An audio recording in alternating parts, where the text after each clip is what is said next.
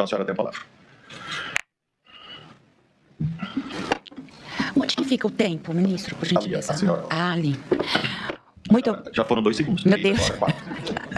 Bom dia a todos. Cumprimento o senhor ministro relator, Flávio Dino, todas as autoridades aqui presentes nessa mesa, todos os pesquisadores. Hoje a gente vai fazer um debate extremamente importante sobre o nosso presente e sobre o futuro que nós estamos criando. Em 2024, o Estado de São Paulo foi colocado diante de um cenário de calamidade.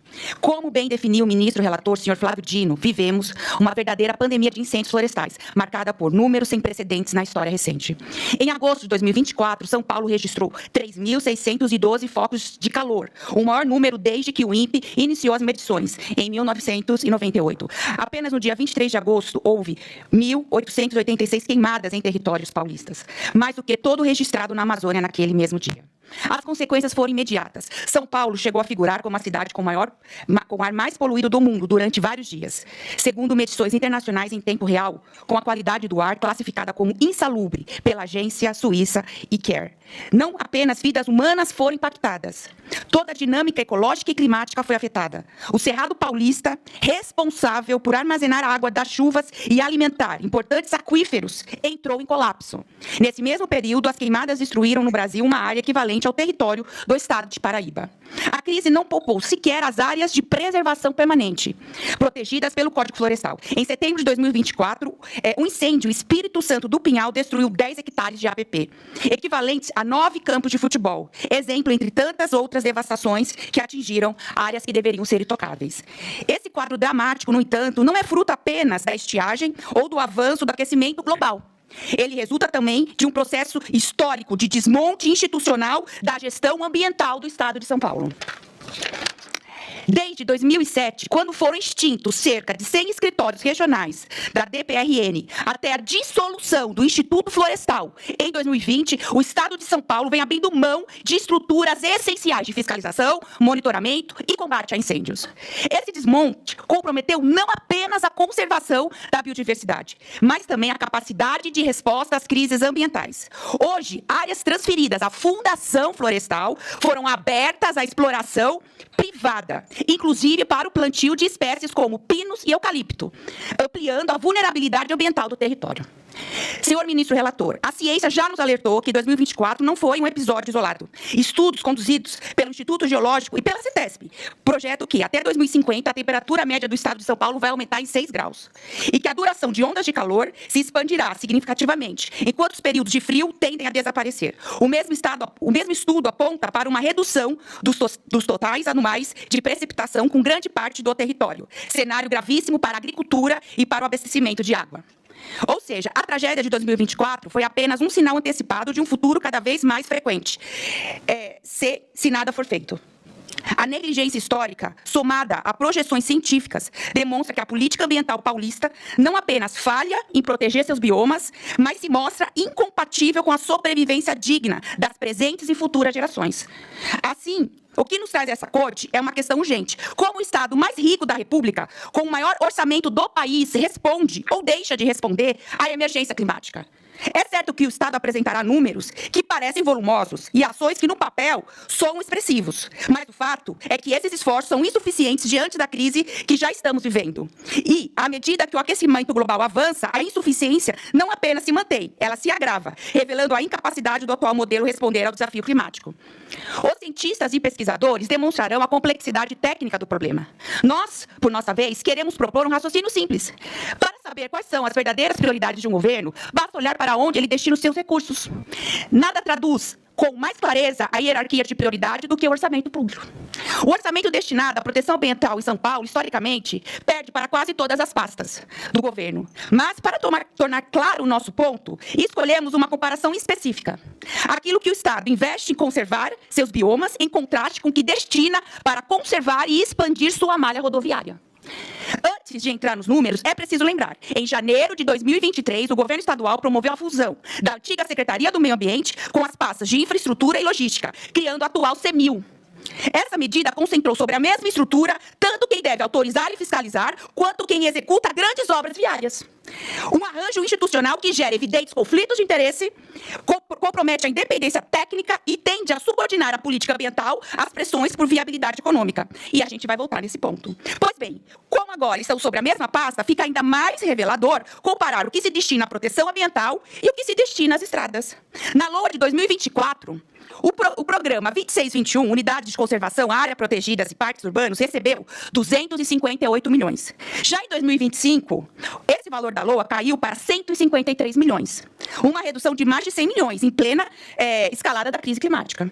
No mesmo período, o programa 2628, Operação, Conservação e Segurança da Infraestrutura de Transporte Estadual, recebeu 1 bilhão 824 milhões em 2024 e 1 bilhão 748 milhões em 2025, ou seja, 10 vezes mais recursos para as estradas do que para os biomas.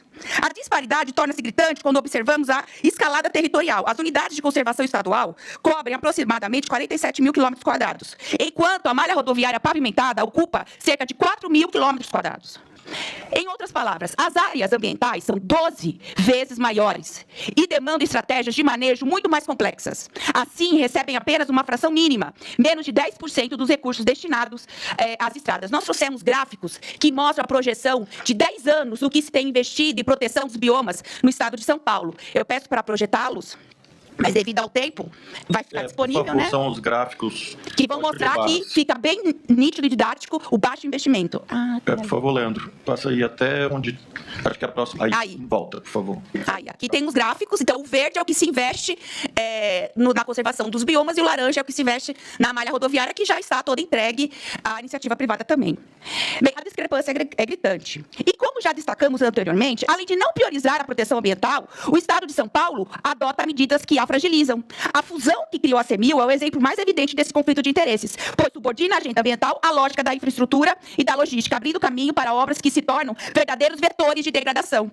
Os efeitos práticos são conhecidos. Obras como o Rodoanel Mário Covas e a Nova Raposo Tavares avançam sobre áreas de mananciais estratégicos, fragmentam corredores ecológicos e estimulam a ocupação irregular em zonas de amortecimento. Não é apenas a floresta suprimida para abrir a estrada. É todo o processo previsível de especulação fundiária e degradação que se segue, corroendo as áreas que deveriam ser preservadas. Além disso, o descaso se soma a políticas que representam verdadeiros ataques à proteção ambiental.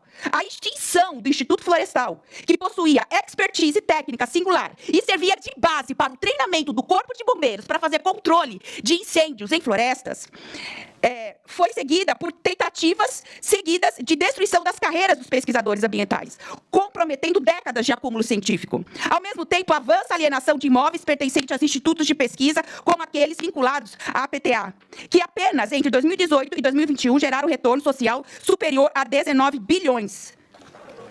A ofensiva também passa pela legislação.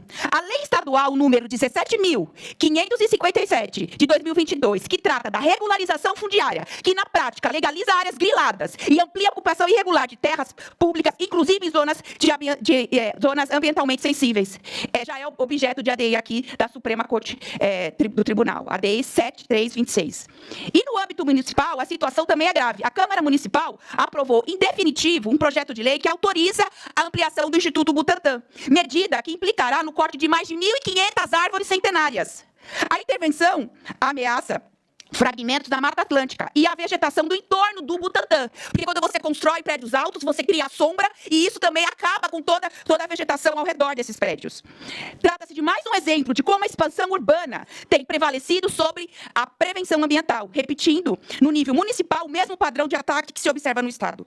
Quando somamos todos esses fatores, o desmonte de estruturas, o ataque às carreiras de pesquisa, a alienação de institutos, a legalização da grilagem, o corte massivo de árvores, o quadro é inequívoco. Trata-se de um projeto ativo de fragilização da política ambiental paulista. É importante ressaltar também que o Estado de São Paulo abriga reservas de terras raras, minerais estratégicos que interesse norte-americano declarado. Pensando na proteção do meio ambiente e na defesa da nossa soberania, é essencial que sejamos vigilantes e asseguremos esses recursos de serem preservados. Essa preocupação se torna ainda mais urgente quando vemos que o governador Tarcísio de Freitas, ao invés de se opor, tem feito reiterado acenos e não critica as ameaças externas à nossa soberania e à nossa democracia. Senhor ministro relator, senhores e senhoras ministras, autoridades presentes, esse é o retrato que os números e a realidade revelam. O Estado de São Paulo, que se orgulha de suas estradas e destina bilhões para expandi-las, reserva apenas valores residuais para proteger seus biomas. Ao agir assim, enfraquece a resiliência climática, aumenta a vulnerabilidade da população aos incêndios florestais e afronta diretamente o artigo 225 da Constituição Federal. A questão que se coloca é simples, mas dramática. Vamos continuar financiando a destruição ou vamos exigir que o maior orçamento da República coloque finalmente a vida como prioridade? Por isso, reiteramos, é fundamental que essa Corte reconheça a insuficiência estrutural da política ambiental paulista, rejeite as alegações apresentadas pelo Estado e determine a suspensão das obras rodoviárias que avançam sobre as áreas de preservação e que também seja recriado os institutos florestal, geológico e botânico, que foram extintos na gestão Dória. Não se trata apenas de proteger a natureza como um bem abstrato. Trata-se de assegurar o direito à água, ao ar, à biodiversidade, à vegetação, à dignidade e vida dos animais que estão nas florestas e à sobrevivência digna das presentes e futuras gerações. A gente precisa aqui, ministro, com isso eu vou terminando a minha parte, repactuar ações e políticas de Estado, porque o Cerrado e a Mata Atlântica são conexos aos biomas do Pantanal e da Amazônia, que são conexos a uma biodiversidade da nossa terra. A gente precisa de uma outra política, a gente precisa de uma outra pedagogia do cuidado e da terra. E quero terminar com um excerto aqui, a minha parte, do Leonardo Boff, desse livro, Saber Cuidar. Há um descuido e um descaso na salvaguarda da nossa casa comum, planeta Terra. Solos são envenenados, ares são contaminados, águas são poluídas, florestas são dizimadas, espécies de seres vivos são exterminadas. Um manto de injustiça e de violência pesa sobre 2/3 da humanidade. Um princípio de autodestruição está em ação, capaz de liquidar o sutil equilíbrio físico, químico e ecológico do planeta e devastar a biosfera, pondo assim em risco a comunidade do experimento, a continuidade do experimento da espécie Homo sapiens idem. Eu agradeço à deputada Luciene.